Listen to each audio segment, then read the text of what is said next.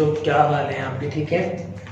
आज हम जो है वो सेकेंड ईयर का लेक्चर नंबर 4 इसको जो है वो स्टडी करने जा रहे हैं। आपको पता है कि इससे पहले जो 3 लेक्चर्स में हमने बातें स्टडी की हैं, थोड़ा सा आपको बता दूं क्योंकि वहीं से फिर हम सिलसिला जो है वो आगे स्टार्ट करेंगे। सबसे पहले लेक्चर में हमने जो है वो स्टार्ट किया था आप लोगों का पेपर पैटर्न, सिलेबस डिवीजन, और उसके अलावा चैप्टर 7 जो है उसको हमने स्टार्ट करके एक टॉपिक था वाइटल फूड्स थ्योरी, उसकी रिजेक्शन, उसके इफेक्ट्स, ये वाली बातें जो है वो स्टडी की थी। फिर लेक्चर नंबर 2 जो था उसमें हमने स्टडी किया था सोर्सेज ऑफ ऑर्गेनिक कंपाउंड, कि ऑर्गेनिक कंपाउंड कहाँ से हासिल किए जाते हैं। एक सोर्स जो हमने स्टडी की वो थी प्लांट्स, दूसरे थे एनिमल्स और तीसरे थे फॉसिल फ्यूल। फॉसिल फ्यूल आगे 3 तरह के होते हैं, एक है कोल, एक नेचुरल गैस और तीसरा पेट्रोलियम। तो कोल और नेचुरल गैस, कोल हमने स्टडी किया था लेक्चर नंबर 2 में, और फिर नेचुरल गैस और पेट्रोलियम ये था हमने स्टडी किया लेक्चर नंबर 3 में। लेक्चर नंबर 3 में हमने स्टडी किया था कि जब हम पेट्रोलियम की फ्रैक्शनल डिस्टिलेशन करते हैं तो उससे हमारे पास बहुत सारी फ्रैक्शंस हासिल होती हैं। हमने एक टेबल स्टडी किया था ये देखने के लिए कि कौन सी फ्रैक्शन किस टेम्परेचर पे हासिल होती है, उसमें क्या कार्बन की कंपोजिशन है और उसको कहां पे यूज किया जाएगा। आज हम हमारा चौथा लेक्चर जो है वो स्टार्ट कर रहे हैं।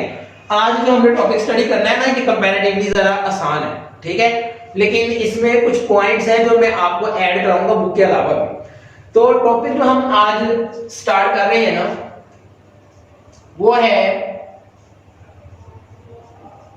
Properties of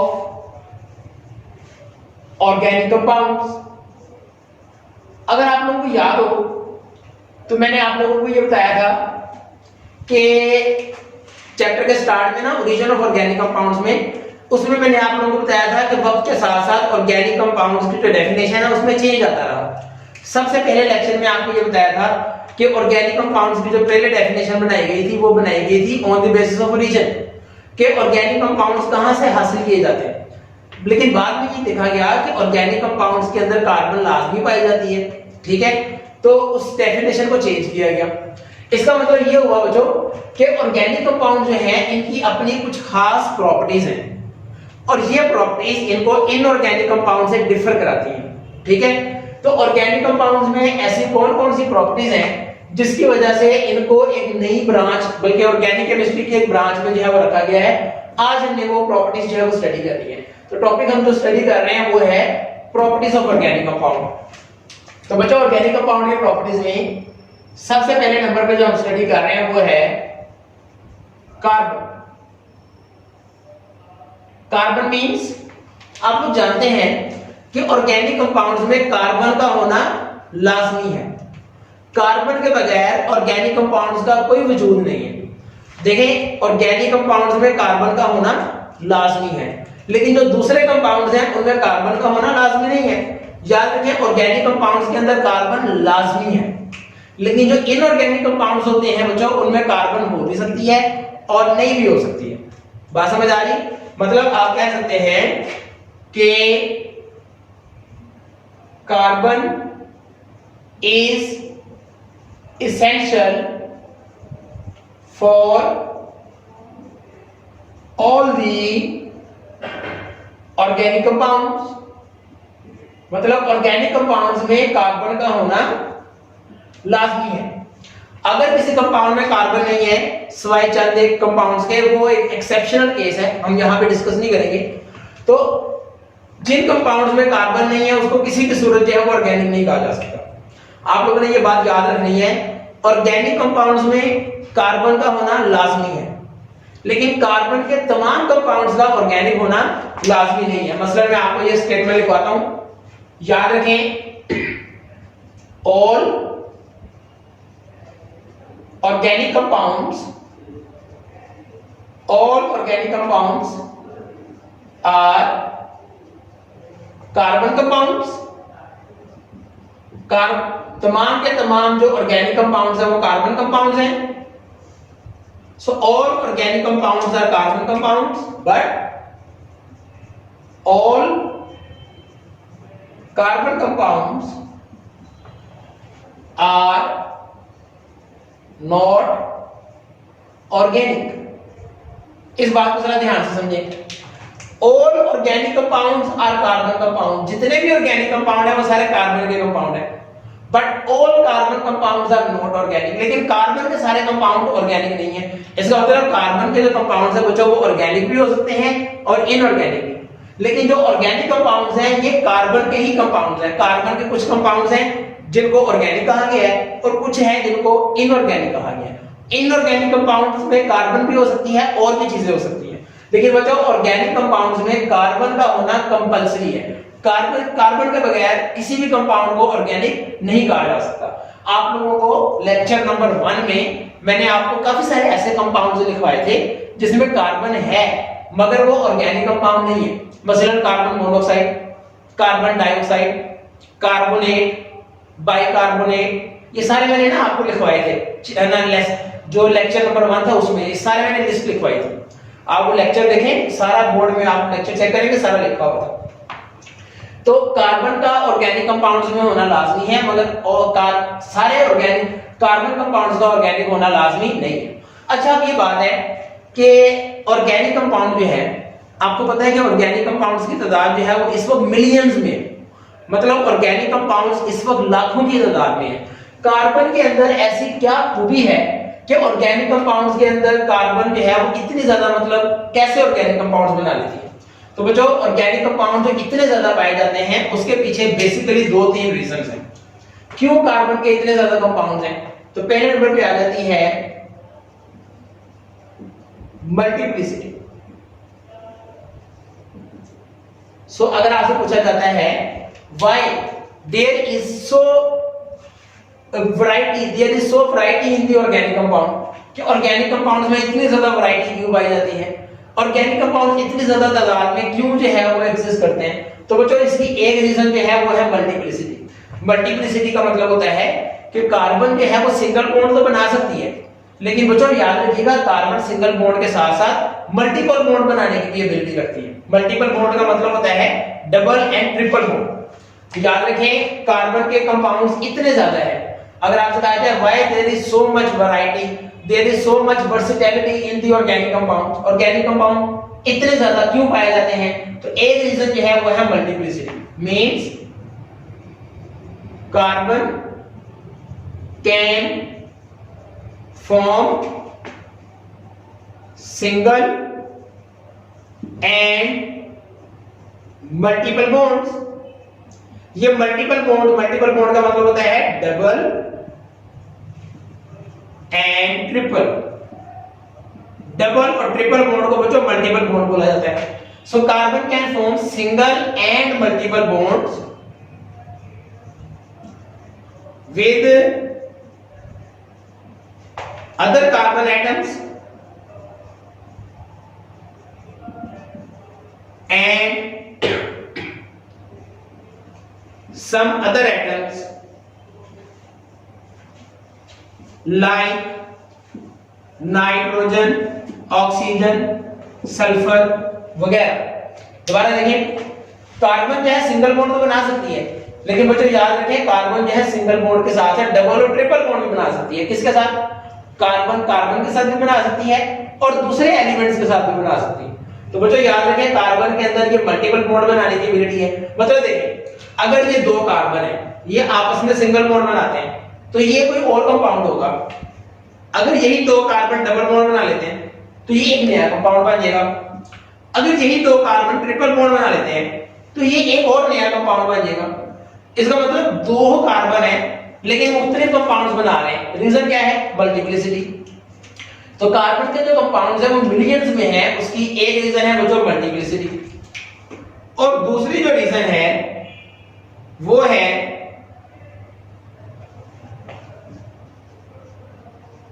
catenation. तो उसको बोला जाता है कैटिनेशन।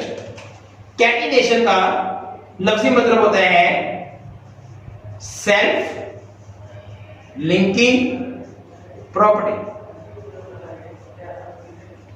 इसका जो लफ्जी मतलब होता है वो है सेल्फ लिंकिंग प्रॉपर्टी। मतलब क्या है, इसकी डेफिनेशन क्या है? याद रखिए ये शॉर्ट में बहुत आती है, ये भी आ सकता है आपसे शॉर्ट में।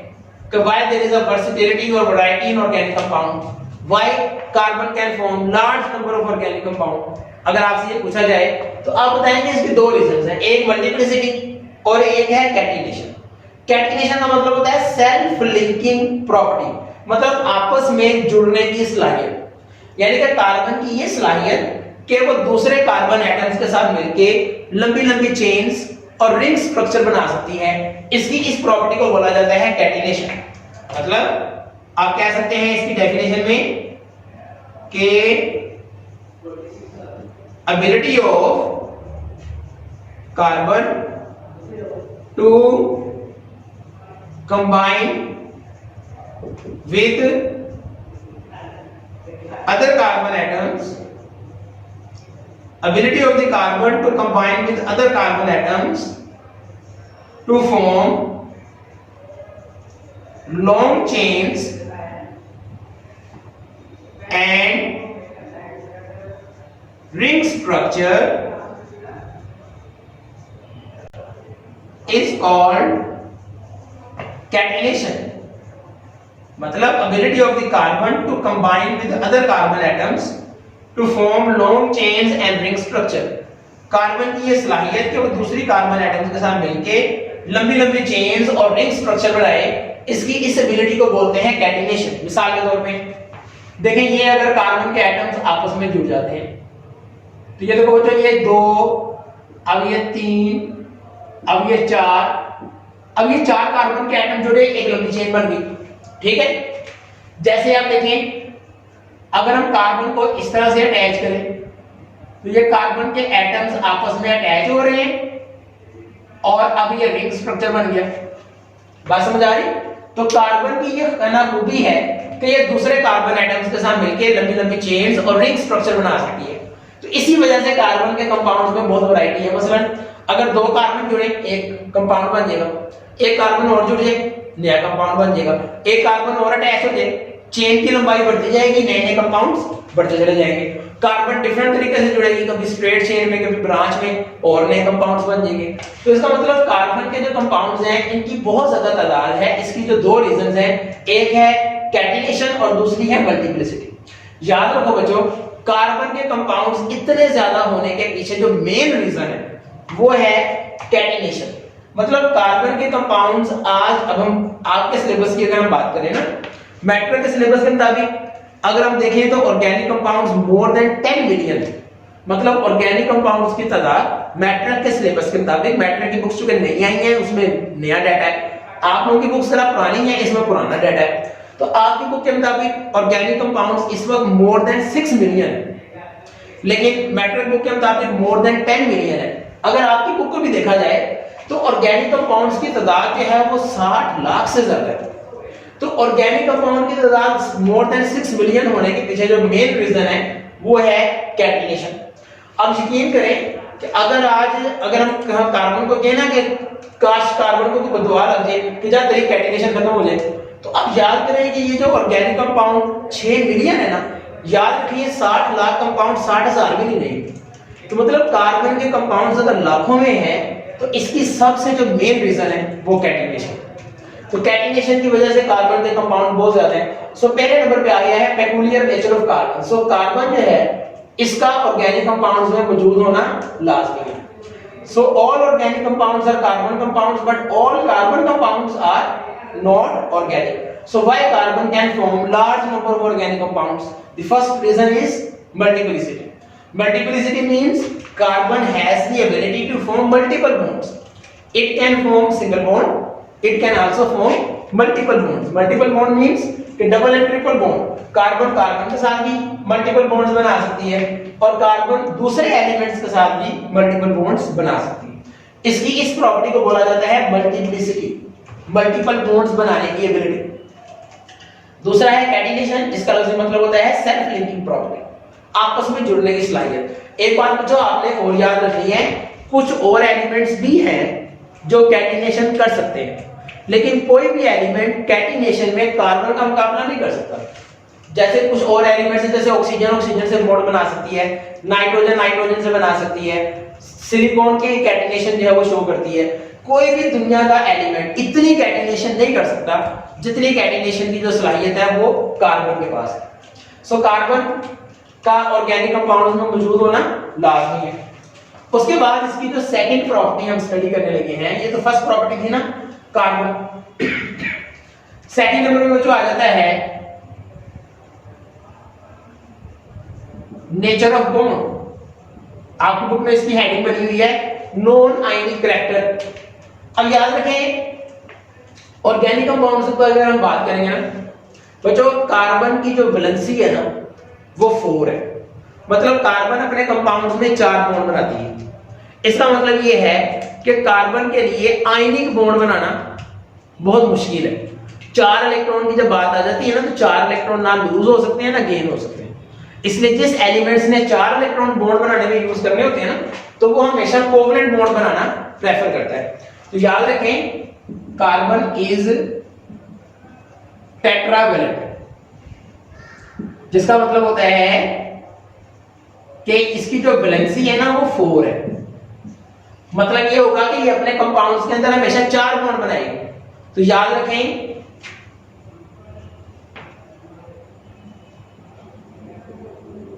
Carbon mostly form covalent compounds. Carbon ज्यादातर जो है वो कोवलेंट कंपाउंड बनाती है। सो ऑर्गेनिक कंपाउंड्स आर, ये स्टेटमेंट आप लोगों ने ध्यान से सुनी है, organic compounds are carbon compounds and carbon compounds are covalent in nature। Organic compound चूंकि कार्बन के कंपाउंड है और कार्बन के कंपाउंड जो है कोवलेंट होते हैं, मैंने आपको ऊपर बताया है। समझ आ रही? इसका मतलब ऑर्गेनिक कंपाउंड्स में ज्यादातर जो बॉन्ड पाया जाता है वो कोवलेंट बॉन्ड है। अब वो सिंगल भी हो सकता है, डबल भी हो सकता है, ट्रिपल भी हो सकता है, लेकिन जो भी होगा वो कोवलेंट बॉन्ड होगा। So organic compounds are carbon compounds and carbon compounds are covalent in nature. Means organic compounds are covalent in nature. और मुझे याद रखिएगा जो कोवलेंट बॉन्ड होता है ना वो आयनिक बॉन्ड की निस्बत बहुत ज्यादा वीक होता है। इसी वजह से अगर मैं आपको इसकी तीसरी प्रॉपर्टी बताऊं वो है फिजिकल स्टेट। अब देखो फिजिकल स्टेट मतलब ऑर्गेनिक कंपाउंड किस स्टेट में एग्जिस्ट करते हैं। आप लोगों ने ये याद रखना है कि जो आयनिक कंपाउंड होते हैं ना, आयनिक कंपाउंड जिसके अंदर आयनिक बॉन्ड पाया जाता है, आयनिक कंपाउंड तो हमेशा सॉलिड होते हैं। आयनिक कंपाउंड जो कभी भी लिक्विड या गैस की शक्ल में नहीं होते। लेकिन चूंकि ऑर्गेनिक कंपाउंड्स के अंदर कोवलेंट बॉन्ड है और कोवलेंट बॉन्ड आयनिक बॉन्ड से वीक होता है, इसलिए याद रखिएगा कि ऑर्गेनिक कंपाउंड जो होते हैं they exist in all the 3 states of matter। याद रखिएगा organic compounds exist in all the 3 states of matter. ये मैटर की तीनों स्टेट्स में एग्जिस्ट करते हैं। मसलन दे मे बी सॉलिड, ये सॉलिड भी हो सकते हैं। फॉर एग्जाम्पल सक्रोज जैसे चीनी है, आपको पता है कि ये सॉलिड है। जैसे बच्चों स्टार्च, जैसे बहुत सारी प्रोटीन्स, ये सॉलिड है। तो ऑर्गेनिक कंपाउंड सॉलिड भी हो सकते हैं। So they may be liquid. इसके अलावा ये लिक्विड फॉर्म में भी हो सकते हैं। जैसे मिसाल के तौर पे आप जानते हैं C6H6 बेंजीन लिक्विड है। जैसे आप लोग जानते हैं इथाइल अल्कोहल लिक्विड है। कार्बन डाइसल्फाइड ये भी लिक्विड है।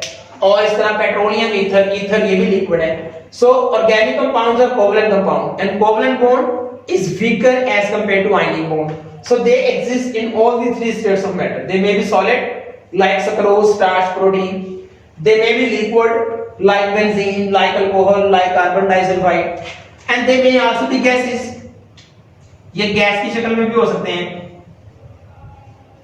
जैसे मीथेन गैस है, ईथेन, ईथीन, ईथाइन, ये सारे के सारे गैसेस हैं।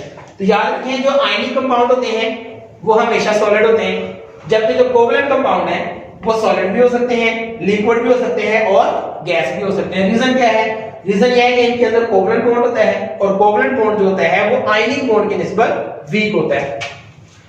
उसके बाद जो इनकी चौथी प्रॉपर्टी आ जाती है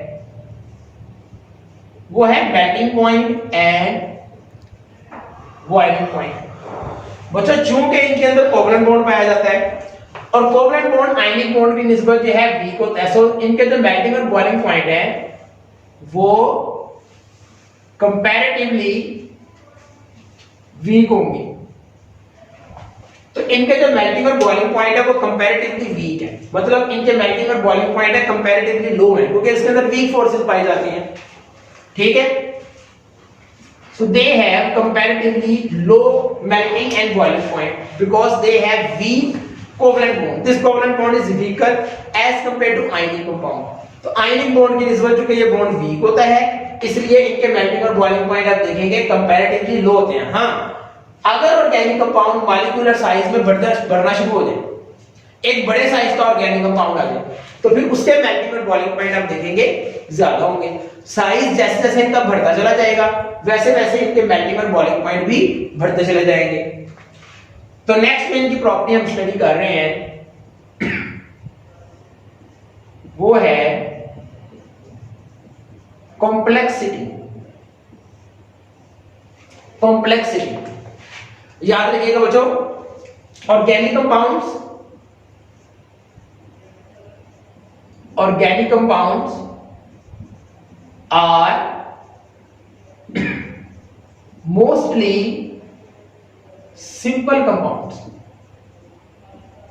Organic compounds are mostly simple compounds. ज्यादातर छोटे छोटे कंपाउंड होते हैं, सिंपल से होते हैं। Organic compounds are mostly simple compounds, but sometimes they are highly complicated. लेकिन बात ये बहुत ज्यादा कॉम्प्लिकेटेड होते हैं। फॉर एग्जाम्पल स्टार्च, इसका फार्मूला होता है C6H10O5N। इसका मतलब पता क्या है? इसका मतलब यह है कि इस तरह के n नंबर ऑफ मॉलिक्यूल आपस में जुड़े हुए हैं और n की तादाद जो है वो हजारों में भी हो सकती है, लाखों में भी हो सकती है। मतलब n में भी इन थाउजेंड्स और मिलियंस। बात समझ आई? इसका मतलब ये ग्लूकोज के बेइंतहा n नंबर ऑफ मॉलिक्यूल आपस में जुड़ जाएंगे और एक बहुत बड़ा स्ट्रक्चर बनाएंगे। ये बहुत बड़ा कॉम्प्लिकेटेड स्ट्रक्चर जो है ये कहलाता है स्टार्च। तो ज्यादातर ऑर्गेनिक कंपाउंड सिंपल से है, but sometimes they are highly complicated. जैसे आप इसकी बच्चों और मिसाल ले सकते हैं प्रोटीन्स, जैसे आप और एग्जांपल ले सकते हैं लिपिड्स, और एग्जांपल आप इसकी ले सकते हैं डीएनए वगैरह। मतलब sometimes they are simple but sometimes they are extremely complicated. Carbon के अंदर ये प्रॉपर्टी है कि जितने लंबे, जितने बड़े, जितने कॉम्प्लिकेटेड चाहे कंपाउंड्स बना सकती है। कार्बन एटम्स आपस में जुड़ते जाएंगे, लंबी लंबी चेन्स, बड़े बड़े स्ट्रक्चर, रिंग्स बनना शुरू हो जाएंगे। So organic compounds are mostly simple but sometimes they are highly complicated. जब ये कॉम्प्लेक्सिटी बनाने पे आते हैं तो बहुत ज्यादा कॉम्प्लिकेटेड कंपाउंड भी बनाना इनके लिए कोई प्रॉब्लम नहीं। ठीक है जी। उसके बाद है नेक्स्ट इनकी जो प्रॉपर्टी है बच्चों वो है सॉल्युबिलिटी। सॉल्युबिलिटी के लिए ना आप लोगों ने एक प्रिंसिपल स्टडी किया हुआ है, लाइक डिसॉल्व्स लाइक। मतलब जैसा सॉल्यूट वैसा सॉल्वेंट। अगर सॉल्यूट पोलर है तो सॉल्वेंट भी पोलर होना चाहिए, और अगर सॉल्यूट नॉन पोलर है तो सॉल्वेंट भी नॉन पोलर होना चाहिए। अब जो ऑर्गेनिक कंपाउंड जो होते हैं ये ज्यादातर, ये नहीं मैं कह रहा हमेशा, ऑर्गेनिक कंपाउंड ज्यादातर जो है वो नॉन पोलर नेचर के होते हैं। इसीलिए पानी जो है क्योंकि एक पोलर सॉल्वेंट है तो वो जो वाटर के अंदर ऑर्गेनिक कंपाउंड ज्यादातर डिसॉल्व नहीं होते, लेकिन कुछ होते नहीं है। ये नहीं है कि बिल्कुल ही नहीं होते। जैसे आप जानते हैं चीनी है, ये ऑर्गेनिक कंपाउंड है, सक्रोज पानी में डिसॉल्व हो जाती है, ग्लूकोज वो भी ऑर्गेनिक कंपाउंड है, पानी में डिसॉल्व हो जाता है, और भी ऑर्गेनिक कंपाउंड्स हैं जो पानी में डिसॉल्व हो जाते हैं। बच्चों याद रखना, ऑर्गेनिक कंपाउंड्स पानी में या तो लेस सॉल्युबल है या इनसॉल्युबल है, लेकिन इनकी जो सॉल्युबिलिटी है वो नॉन पोलर के अंदर ज्यादा है। देखिए आप कहेंगे organic compounds are mostly non polar, organic compound ज्यादातर नॉन पोलर होते हैं, so they are less soluble और इनसॉल्युबल इन वाटर। पानी में या तो ये लेस सॉल्युबल है या इनसॉल्युबल है, but they are more soluble in non polar solvents like benzene, carbon tetrachloride वगैरह। या फॉर एग्जाम्पल लिख सकते हैं अल्कोहल लिख लें, ईथर लिख लें, बहुत सारे। So organic compounds are mostly non polar, तो ऑर्गेनिक कंपाउंड्स के ज्यादातर नॉन पोलर है, तो इसलिए ये नॉन पोलर में ही डिसॉल्व होंगे। कुछ ऑर्गेनिक कंपाउंड्स हैं जो पानी में डिसॉल्व हो जाते हैं, अगर वो पानी में डिसॉल्व हो भी जाते हैं ना, तो उनकी पानी के अंदर जो सॉल्युबिलिटी है वो कम होती है और इनकी ऑर्गेनिक सॉल्वेंट्स के अंदर ही सॉल्युबिलिटी ज्यादा होती है। ठीक है जी। उसके बाद आ जाता है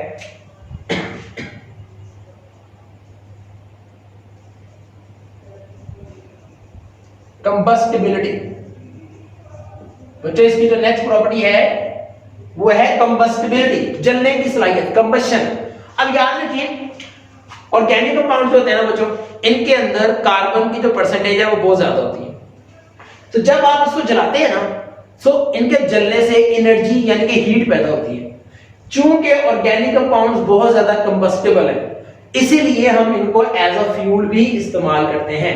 अब देखिए जितनी भी तरह का फ्यूल हम इस्तेमाल करते हैं, हम गाड़ियों में पेट्रोल इस्तेमाल करते हैं जलने के लिए ताकि उससे एनर्जी पैदा हो, सीएनजी इस्तेमाल करते हैं, मिट्टी का तेल इस्तेमाल करते हैं, कोयला इस्तेमाल करते हैं। ये जितने भी ऑर्गेनिक कंपाउंड्स हैं जिनको हम जलाते हैं, इनको जला के हम एनर्जी हासिल करते हैं, ये सारे के सारे ऑर्गेनिक कंपाउंड्स हैं। पेट्रोल हो जाए, मिट्टी का तेल हो जाए, डीजल हो जाए, लुब्रिकेटिंग ऑयल हो जाए या कोयला हो जाए, ये सारे ऑर्गेनिक कंपाउंड हैं।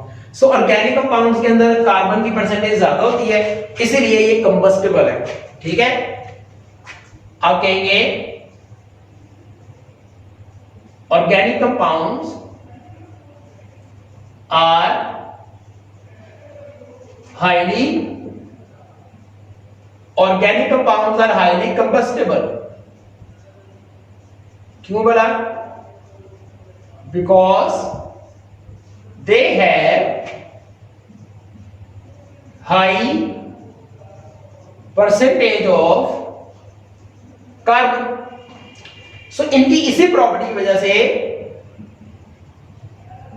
ड्यू टू दिस रीजन,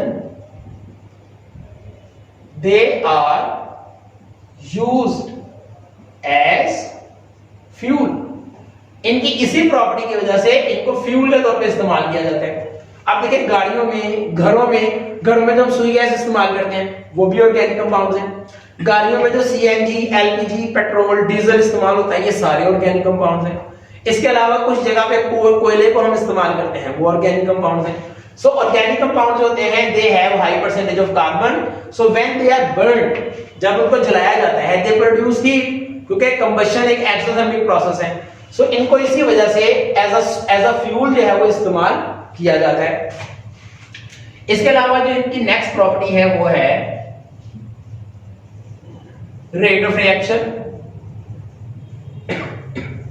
देखो बच्चों ऑर्गेनिक कंपाउंड जो है ना, इनके जो रिएक्शन है वो आमतौर पे बड़े स्लो होते हैं। Reactions of organic compounds are very slow. आपकी बुक में जो सेकंड ईयर में इसकी रीजन लिखी है वो ठीक नहीं है, मतलब आप कह लो कि वो कंप्लीट नहीं है। So reactions of organic compounds are slow due to there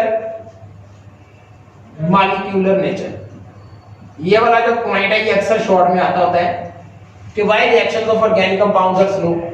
तो अगर आपसे कहा जाए कि why reactions of organic compounds are slow, आप क्या कहेंगे?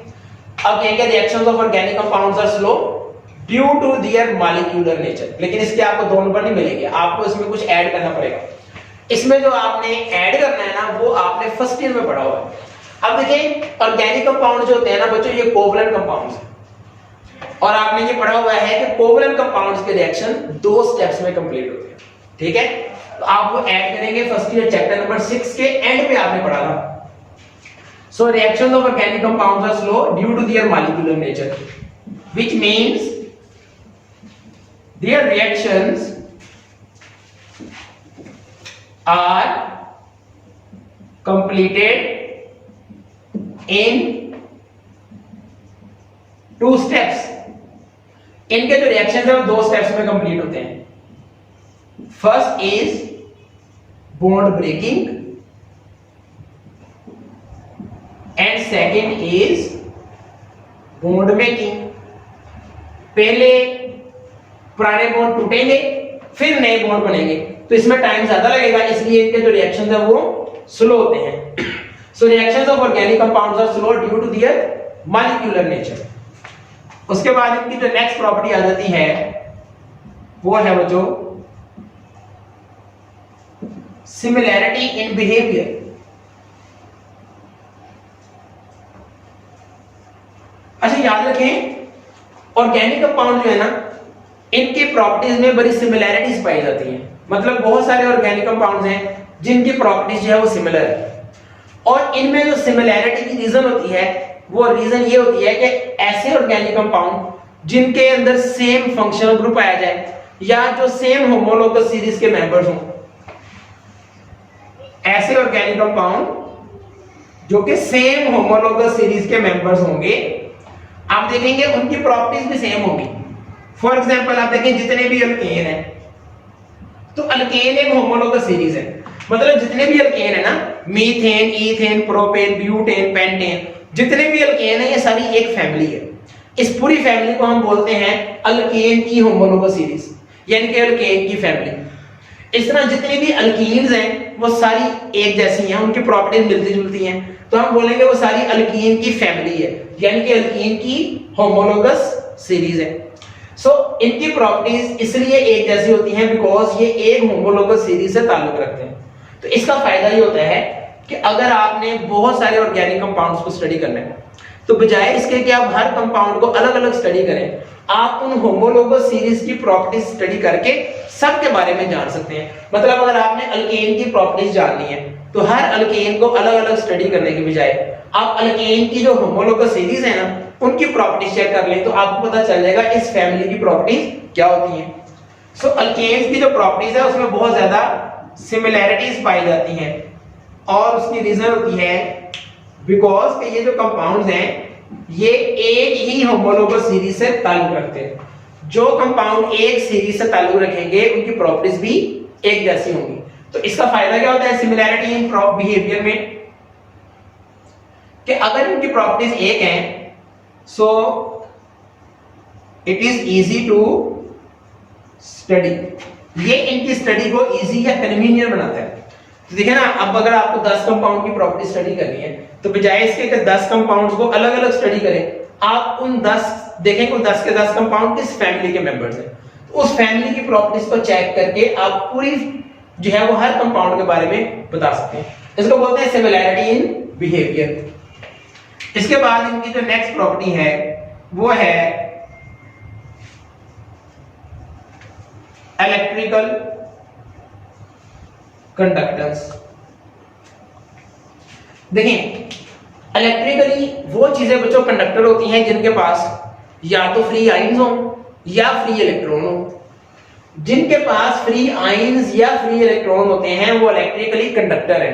और केमिकल कंपाउंड्स चूंकि ज्यादातर कोवलेंट कंपाउंड है और कोवलेंट बॉन्ड होने की वजह से इनके पास ना तो फ्री आइंस होते हैं और ना ही फ्री इलेक्ट्रॉन्स होते हैं। इसलिए जो ऑर्गेनिक कंपाउंड्स होते हैं they are mostly non conductor और वेरी पुअर कंडक्टर। अगर इनमें से कोई कंडक्टर है तो वो बहुत पुअर कंडक्टर होगा और ज्यादातर जो है ये नॉन कंडक्टर है। तो ऑर्गेनिक कंपाउंड की एक प्रॉपर्टी है, मतलब ये हम देख रहे हैं कि ऑर्गेनिक कंपाउंड्स के अंदर क्या क्या प्रॉपर्टीज जो है वो पाई जाती हैं।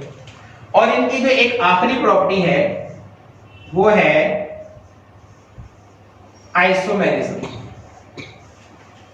आइसोमेरिज्म का मतलब ये होता है कि डिफरेंट कंपाउंड्स होते हैं, जैसे हम कह सकते हैं कि ये तीन अलग अलग कंपाउंड्स हैं, ठीक है, लेकिन देखा जाएगा कि इन तीनों कंपाउंड्स की जो जनरल फार्मूले हैं वो सेम होंगे। मतलब आप देखेंगे ये तीनों अलग अलग कंपाउंड्स हैं, लेकिन जब आप इसके अंदर कार्बन और हाइड्रोजन की तादाद देखेंगे तो वो सेम होगी। तो एक ऐसा फिनोमेना जिसमें डिफरेंट कंपाउंड्स का जनरल फार्मूला सेम हो, इसको हम बोलते हैं आइसोमेरिज्म। तो ये आइसोमेरिज्म जो है चैप्टर नंबर 11 इसी चैप्टर का आखिरी टॉपिक है, तो इसको हम एंड पे जाके जो है वो डिटेल में स्टडी करेंगे isomerism. So organic compounds are carbon compounds, carbon compounds are covalent. और कोवलेंट बॉन्ड के बारे में आप लोगों ने एक बात स्टडी की थी कि कोवलेंट बॉन्ड जो होता है ये होता है रिजिड एंड डायरेक्शनल।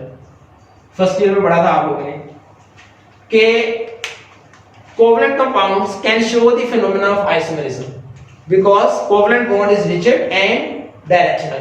अब आइसोमेरिज्म है क्या, इसकी कितनी टाइप्स हैं, ये हम जाके जो है इसी चैप्टर में एंड पे जाके जो है डिटेल में स्टडी करेंगे। तो देखें कि आज जो हम लेक्चर नंबर 4 में बात स्टडी कर रहे हैं वो है properties of organic compound. Organic compound की अपनी कुछ मखसूस प्रॉपर्टीज हैं जो इनको दूसरे कंपाउंड से मुख्तलिफ बनाती है। कौन कौन सी प्रॉपर्टीज हैं हमने वन बाय वन डिटेल में स्टडी की। पहले नंबर में हमने देखा है कि carbon is essential for all the organic compound. Organic compounds में कार्बन का होना लाजमी है, मगर कार्बन के सारे कंपाउंड्स का ऑर्गेनिक होना लाजमी नहीं। कार्बन इतने ज्यादा कंपाउंड्स कैसे बना पाती है, इसकी एक रीजन है मल्टीप्लिसिटी और दूसरी रीजन है catenation. Multiplicity means ability to form multiple bonds और कैटिनेशन का मतलब सेल्फ लिंकिंग प्रॉपर्टी। उसके बाद नेचर ऑफ बॉन्ड हमने स्टडी किया। कार्बन एक टेट्रावैलेंट एलिमेंट है, मतलब इसकी वैलेंसी 4 है, तो ये हमेशा कोवलेंट बॉन्ड बनाती है। इसका मतलब ऑर्गेनिक कंपाउंड्स कोवलेंट कंपाउंड्स होते हैं। कोवलेंट कंपाउंड चूंकि सॉलिड लिक्विड गैस तीनों स्टेट में एग्जिस्ट करते हैं, तो ऑर्गेनिक कंपाउंड तीनों स्टेट्स में एग्जिस्ट करेंगे। तीनों की हमने एग्जांपल भी स्टडी की, कौन कौन से सॉलिड है, कौन कौन से लिक्विड है, कौन कौन सी गैसेस हैं। फिर उसके बाद कोवलेंट नेचर होने की वजह से इनके जो मेल्टिंग और बॉइलिंग पॉइंट है वो लो होते हैं। कॉम्प्लेक्सिटी में हमने स्टडी किया कि ज्यादातर ये कंपाउंड सिंपल है मगर समटाइम्स बहुत ज्यादा कॉम्प्लिकेटेड है, जैसे ये चंद एक कंपाउंड्स लिखे हैं। सॉल्युबिलिटी में हमने रूल स्टडी किया हुआ है लाइक डिसॉल्व्स लाइक। याद रखना आप लोगों ने कि solubility principle is like dissolve like. चूंकि ऑर्गेनिक कंपाउंड ज्यादातर नॉन पोलर होते हैं इसलिए नॉन पोलर में डिसॉल्व होंगे। पानी में या तो ये इनसॉल्युबल है या लेस सॉल्युबल है। इस तरह कंबस्टिबिलिटी में हमने स्टडी किया कि organic compounds are highly combustible, due to this reason they are used as fuel. इसके अलावा रेट ऑफ रिएक्शन इनके स्लो होते हैं due to their molecular nature. इसमें हमने कुछ पॉइंट्स ऐड किए हैं फर्स्ट ईयर में से कि इनके रिएक्शन दो स्टेप्स में होंगे, which is bond breaking and then bond making. Second last property में हमने स्टडी किया सिमिलैरिटी इन बिहेवियर। बहुत सारे ऑर्गेनिक कंपाउंड्स प्रॉपर्टीज में सिमिलर होते हैं बिकॉज़ वो एक ही फैमिली के मेंबर्स होते हैं and this family is named as homologous series. हर कंपाउंड एक अलग होमोलोगस सीरीज का मेंबर है, मतलब तमाम अल्केन होमोलोगस के सीरीज के मेंबर्स हैं। इस तरह जितनी भी अल्कीन्स हैं वो सारी इस फैमिली की होमोलोगस मेंबर्स कहलाएंगे। इनका जो है वो होमोलोगस सीरीज बनाना ये इनकी स्टडी को जो है वो कन्वीनियंट बनाता है। इलेक्ट्रिकल कंडक्टेंस में हमने स्टडी किया है कि ये पुअर कंडक्टर या नॉन कंडक्टर है बिकॉज़ फ्री आयंस और इलेक्ट्रॉन इनके पास नहीं है। और लास्ट में आइसोमेरिज्म शो करते हैं ये क्योंकि ये कोवलेंट कंपाउंड है। ये जो है कोवलेंट बॉन्ड होता है रिजिड एंड डायरेक्शनल, तो इसी वजह से ये आइसोमेरिज्म शो करते हैं। आइसोमेरिज्म है क्या, डिफरेंट कंपाउंड्स का सेम जनरल फार्मूला शो करना, दिस इज कॉल्ड आइसोमेरिज्म। तो यहां पे हम हमारा आज का लेक्चर स्टॉप करते हैं। आप लोगों को स्केड्यूल मिला है, हमारा जो अगले 2 लेक्चर्स है ना वो इससे भी ज्यादा इंपॉर्टेंट है। अगले 2 चैप्टर जो हमने स्टडी करने हैं, अगले 2 लेक्चर, उसमें एक में हमने स्टडी करना है क्रैकिंग और एक में हमने स्टडी करना है रिफॉर्मिंग। अभी तक इस चैप्टर के जितने टॉपिक्स हमने स्टडी किए हैं 4 लेक्चर में, इनमें से लॉन्ग क्वेश्चन बनने के चांसेस कम होते हैं, इनमें से शॉर्ट बनते हैं ज्यादातर और एमसीक्यूज बनते हैं। अगले जो 2 टॉपिक हमने स्टडी करने हैं लेक्चर 5 और लेक्चर 6, एक है क्रैकिंग, दूसरा रिफॉर्मिंग, ये दोनों टॉपिक लॉन्ग में इंपॉर्टेंट है। तो नेक्स्ट लेक्चर में हम फिर यहां से स्टार्ट करेंगे। ओके जी, अल्लाह हाफिज़।